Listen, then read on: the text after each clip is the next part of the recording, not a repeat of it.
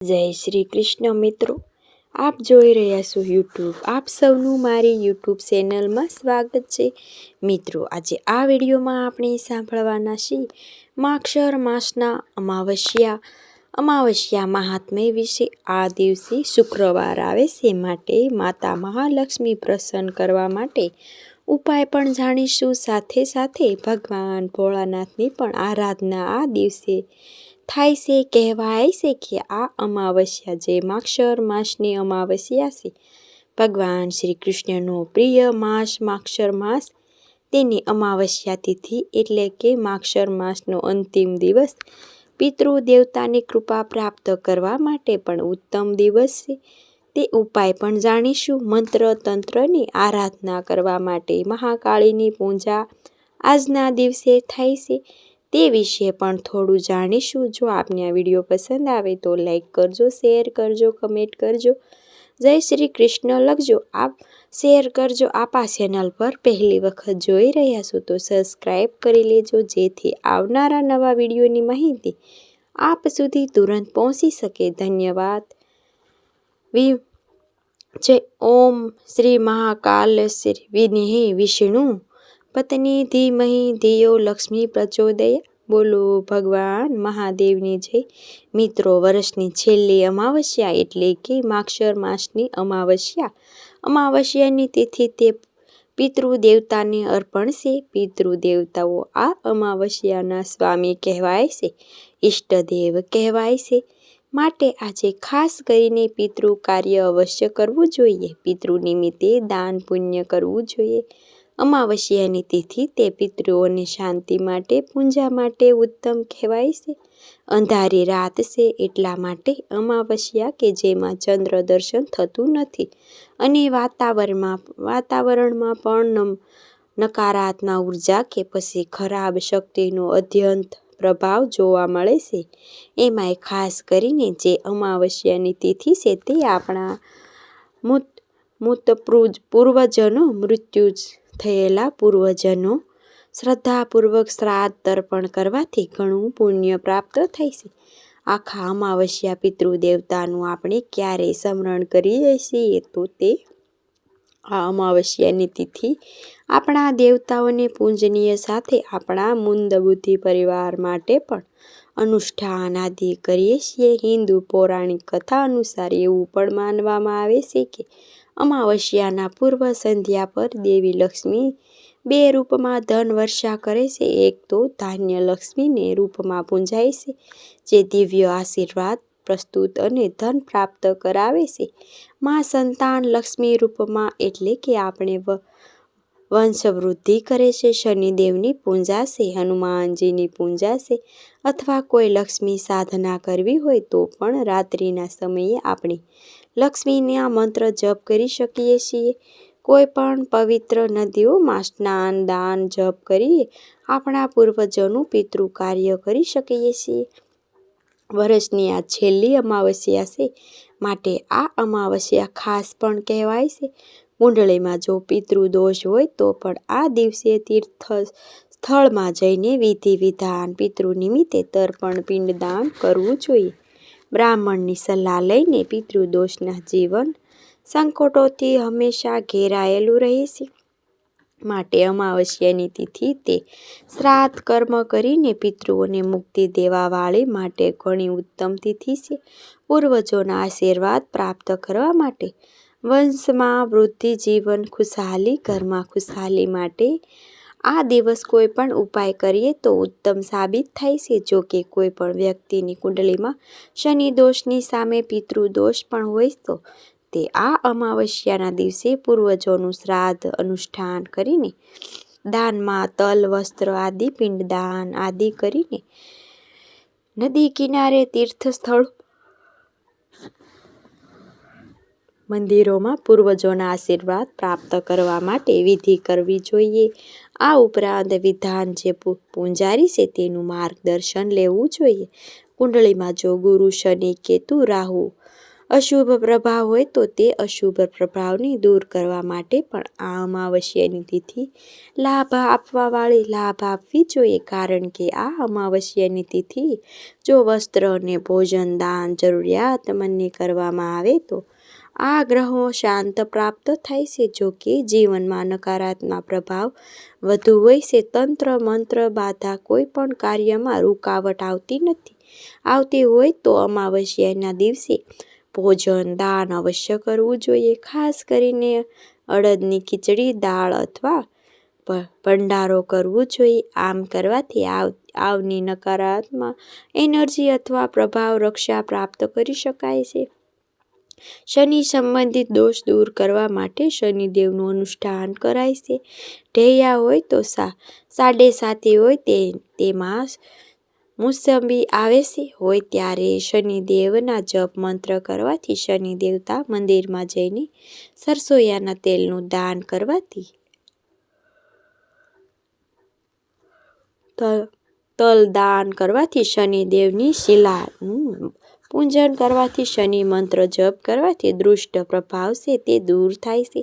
આ અમાવસ્યાના દિવસે દાન પૂજા કરવાથી કુંડળીમાં ગુરુ ગ્રહ સારો થાય છે. કારણ કે આ માગશર માસની અમાવસ્યા છે. આ અમાવસ્યાના દિવસે વિભિન્ન પૂજા કરી બીમારીઓ પણ મુક્ત પ્રાપ્ત કરી શકાય છે. સ્વાસ્થ્ય સંબંધિત સમસ્યા છુટકારો પ્રાપ્ત કરી શકાય છે. તે ઉપાય પણ કોઈ સારા પંડિત પાસેથી મેળવી લેવા જોઈએ. અકાલ મૃત્યુનો ભય હોય તો આ અમાવસ્યાના દિવસે મહાકાલની પૂજા આરાધના કરવી જોઈએ. ભગવાન ભોળાનાથની પૂજા અર્ચના કરવી જોઈએ. ભક્તો અમાવસ્યાનું વ્રત કરે છે. એમાંય ખાસ કરીને આ બ્રહ્મશરણનું વ્રત થાય છે. શનિદેવનું પણ વ્રત થાય છે અને આ દિવસે અમાવસ્યાનું વ્રત પણ કરી શકાય છે. ભક્તો એક ટાઈમ સાંજે ભોજન લઈ શકે છે. અમાવસ્યા હોય એટલે કે આપણે ગંગા સ્નાન આદિ અવશ્ય આવે. ગંગા સ્નાન આદિ કરવાથી પાપ નષ્ટ થાય છે. પરંતુ આપણે સૌ ગંગાજીમાં સ્નાન કરવા તો જઈ શકતા નથી. માટે ઘરે જ ગંગાનું સ્મરણ કરવું જોઈએ અને ગંગાજળ હોય તો તેના 2 ટીપા નાખીને તે જળને સ્નાન કરવું જોઈએ. અથવા ગૌમૂત્ર પણ થોડા 2 ટીપા નાખીને સ્નાન કરી લેવું જોઈએ. આ પણ ન થાય તો તુલસીનું કુંડું તો આપણા ઘરમાં હોય જ છે. તેનું તુલસીના જે છોડની માટી તે થોડીક માટી લઈને તેનાથી સ્નાન કરવું જોઈએ. આમ કરવાથી શુદ્ધતા જળવાઈ રહે છે.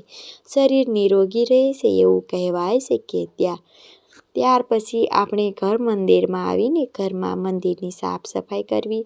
બિરાજમાન દેવતાની પૂજા આરાધના કરવી જોઈએ. ધૂપ દીપ નૈવેદ્ય પુષ્પ ફળ આદિ ત્યારબાદ સૂર્યનારાયણ દેવને અર્ઘ્ય અવશ્ય આપવી જોઈએ. સૂર્યનારાયણ દેવ તે આપણા પિતૃઓને પણ પિતૃ છે. માટે પરમ પિતા પરમાત્માની પૂજા આરાધના કરવી જોઈએ. સૂર્યનારાયણ દેવને તાંબાના લોટામાં જલ ભરી તેમાં કંકુ ચોખા પુષ્પ નાખીને અર્ઘ્ય દેવું જોઈએ. અથવા હાથમાં 2 હાથમાં ખોબો રાખીને જળ ભરીને અંજલિ દેવી જોઈએ. પ્રાર્થના કરવી જોઈએ, હે પરમપિતા દેવતા, અમારા જે પિતૃ દેવતા છે તેને મુક્તિ પ્રાપ્ત થાય એવા આશીર્વાદ આપો. આ રીતે પ્રાર્થના કરવી જોઈએ. પિતૃઓને આત્મને તૃપ્તિ માટે આમ કરવાથી જીવનમાં તરક્કી થાય છે. પિતૃઓને આશીર્વાદ પ્રાપ્ત થાય છે. પિતૃઓને તર્પણ માટે સૂર્યદેવની પૂજા કરવી જ તે ખૂબ જ શુભ માનવામાં આવે છે. એ શિવાલય જો નજીક હોય તો શિવાલયમાં જઈને ભગવાન ભોળાનાથની પૂજા અર્ચના કરવી જોઈએ. આમ કરવાથી પણ પ્રભુની કૃપાથી જીવનમાં ધન ધાન્ય કમી રહેતી નથી.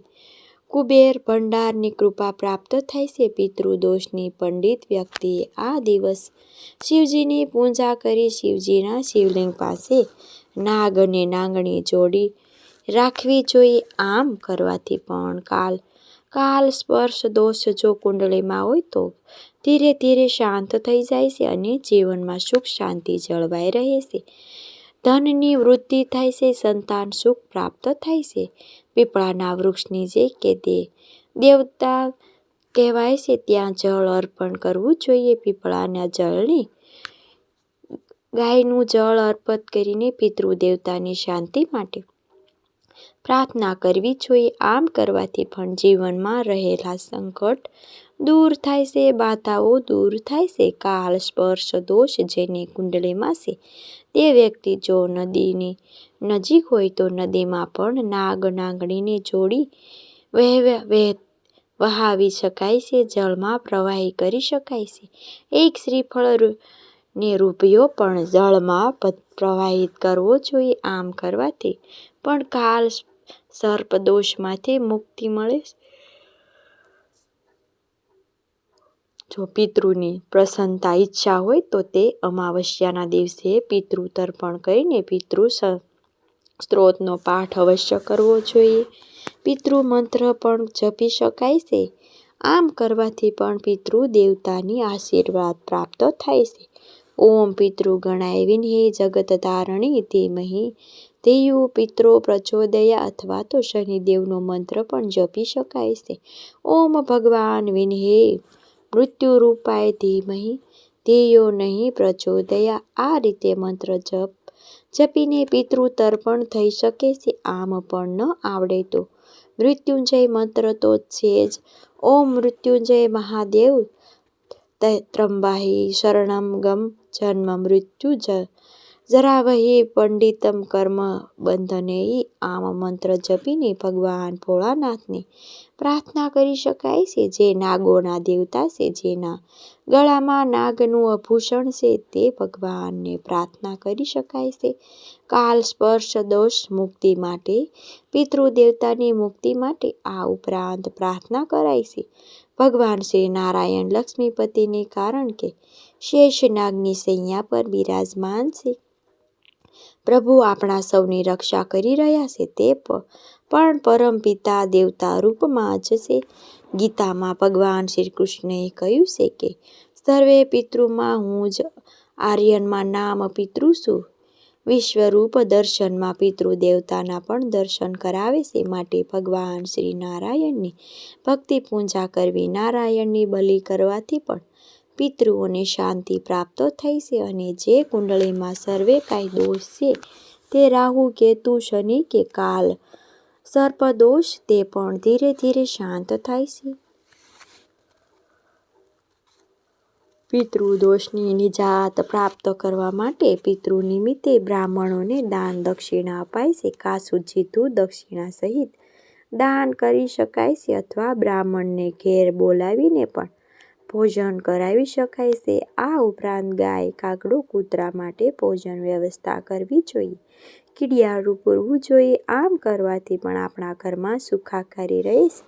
સર્વે દેવી દેવતાઓ સાથે પિતૃ દેવતાના આશીર્વાદ પ્રાપ્ત થાય છે. તે આ શુભ દિવસ છે. અમાવસ્યાની તિથિ આજે મહાકાળી પૂજા આરાધના કરવાનો પણ વિશેષ દિવસ છે. માગશર માસના આ અમાવસ્યાના દિવસે મહાકાળી માતાના ભક્તો દર્શન કરવા જાય છે. આમ તો આપણે સૌ માતાના દર્શન કરવા માટે પૂર્ણિમા ભરીએ છીએ, પરંતુ આ અમાવસ્યા એવી શુભ છે કે આજે પાવાગઢ યાત્રાનો મહિમા છે. પાવાગઢવાળી માં મહાકાળી માતાના દર્શન કરીને ભક્તો પુણ્ય કરે છે.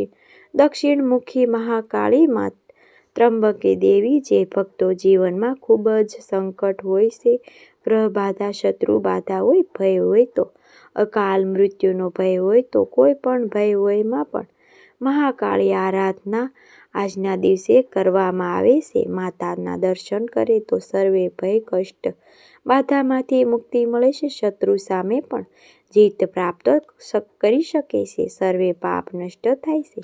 કાલ ભૈરવ, બટુક ભૈરવ સહિત મહાકાળીનું સ્મરણ કરવામાં આવે છે તો પણ સર્વે બાધા નષ્ટ થાય છે. માતા મહાલક્ષ્મીને આજના દિવસે પુષ્પ, ધૂપ, દીપ, નૈવેદ્ય આદિ પૂજન કરાય છે. નવરાત્રિ દરમિયાન નવદુર્ગામાં મહાકાલીની પૂજા થાય છે. તે આ પણ અમાવસ્યાની તિથિ જ આ માની પૂજા કરવામાં આવે તો શુભ ફળની પ્રાપ્તિ અવશ્ય થાય છે. કહેવાય છે કે દર અમાવસ્યાએ માતા મહાલક્ષ્મી પૃથ્વી લોક ઉપર આવે છે અને જે ભક્તો તેમનું સ્મરણ કરે છે તેને ઘરમાં તેનો નિવાસ કરવા જાય છે. માટે આ અમાવસ્યાના દિવસે એમાંય ભગવાન શ્રી કૃષ્ણને પ્રિય એવો છે આ અમાવસ્યાનું આપણે મહત્વ વધુ રાખીએ છીએ. લક્ષ્મીજીની કૃપા અવશ્ય વરસે છે. જે આપણા કમાઈએ છીએ તે 10%, 5% કે 2% કે 1% એ રીતે દાન કરવું જોઈએ. પૂર્વજોની કૃપા પ્રાપ્ત કરવા જોઈએ. સુખ સમૃદ્ધિ પ્રાપ્ત થાય. આ ઉપરાંત એવું પણ કહેવાય છે કે દાન હંમેશા યોગ્ય વ્યક્તિને આપવું જોઈએ. ભગવાન શ્રી કૃષ્ણને પ્રિય એવા ગાય માતા છે. ગાય માતાના આજના દિવસે સેવા પૂજા કરવાથી તથા ગાય માતાને લીલું ઘાસ ખવડાવવું, બનાવી ગરમ રોટી, સરસ ભોજન બનાવી ખવડાવવાથી પણ પુણ્ય પ્રાપ્ત થાય છે. ગાય માતા રહેલા દેવતા જો પ્રસન્ન થઈ જાય તો પણ મનુષ્યના પાપ નષ્ટ થઈ જાય. હવે આપણે જાણી લઈએ કે અમાવસ્યાને દિવસે શું કરવું જોઈએ. તો આ અમાવસ્યાના દિવસે સૂવું જોઈએ નહીં. અમાવસ્યાના દિવસે મીરા, લસણ, ડુંગળી ભોજન ન કરવું જોઈએ. કોઈ વ્યસન પણ ત્યાગ કરવો જોઈએ. અમાવસ્યાના દિવસે અમાવસ્યા કરવું જોઈએ. વાળ નખ કાપવા ન જોઈએ. અમાવસ્યાના દિવસે જો કોઈની નિંદા કુથલી ન કરવી જોઈએ. કારણ કે આ વૃદ્ધ યોગ છે.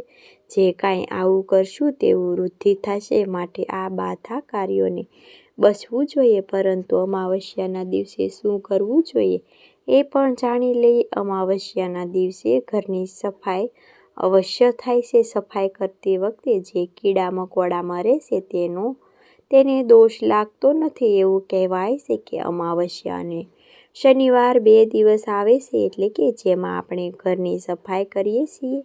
આ ઉપરાંત અમાવસ્યાના દિવસે ઝાડુ એટલે કે સાવરણી લઈ પણ શકાય છે અને સાવરણી બદલી પણ શકાય છે. ઘરની સફાઈ કરીએ. 5 અગરબત્તી ઘરમાં જે બચ્ચાઓની સ્થાન છે જેને કહેવાય છે બૃહસ્પતિ ત્યાં પ્રગટાવી જોઈએ. જેથી આખા ઘરમાં પોઝિટિવ એનર્જી રહે. ઘરનો ઉંબરો સાફ કરી ત્યાં રંગોળી કરવી જોઈએ. અમાવસ્યાના દિવસે તુલસીનો જે છોડ છે તેને સ્નાન કરાવવું જોઈએ. ત્યારબાદ શુદ્ધ ઘીનો દીપક પ્રગટાવી સવાર સાંજ દીવો પ્રગટાવવો જોઈએ. ધૂપ દીપ નિવેદ આદિ પૂજન કરવું જોઈએ. આમ કરવાથી લક્ષ્મીજી સાથે ભગવાન શ્રી કૃષ્ણ સાથે આરોગ્ય પ્રાપ્ત એવા આશીર્વાદ તુલસી માતા પાસેથી મળે છે. કારણ કે આ જે વર્ષની છેલ્લી અમાવસ્યા છે માગશર માસની ભગવાન શ્રી કૃષ્ણને પ્રિય છે. આખો માસ આપણે તુલસીજીની પૂજા કરીએ છીએ અને પછી આવે છે પોહ માસ કહેવાય છે કે ભગવાન સૂર્યનારાયણ દેવને ખૂબ જ પ્રિય છે. પોષાદેવ જેને તે દેવતા છે. માટે ત્યારબાદ પોષ માસ આરંભ થશે. તે પણ ભગવાન નારાયણની પૂજા થાય છે. પરંતુ માગશર માસ તો આ અંતિમ દિવસ છે. તેથી કહેવાય છે કે શ્રી નારાયણ ભગવાનની પૂજા અવશ્ય કરવી જોઈએ. ભગવાન શ્રી કૃષ્ણને પ્રિય એવો ગીતાજીનો પાઠ કરવો, સાંભળવો પણ ઉત્તમ છે. મિત્રો, મને આશા છે કે આપને આ વિડીયો જરૂર પસંદ આવ્યો હશે. શાંતકાર ભુજગેન્દ્રમ પરમામ સુરેશમ વિશ્વધારમ ગગન સદશરણમ મેઘવર્ણમ સુભાગમ લક્ષ્મીકાંતાનમ કમલનયનમ યોગી ભૈરવ ધ્યાન ગમનમ વંદે વિષ્ણુ ભવભવહરણમ સર્વલોક આકર્ષણમ વંદે વિષ્ણુ એકનાથમ શ્રી કૃષ્ણ વંદે જગતગુરુ. બોલો અમાવસ્યા દેવતાની જય. મિત્રો, મને સાંભળવા માટે ધન્યવાદ. આપ સૌને મારા જય શ્રી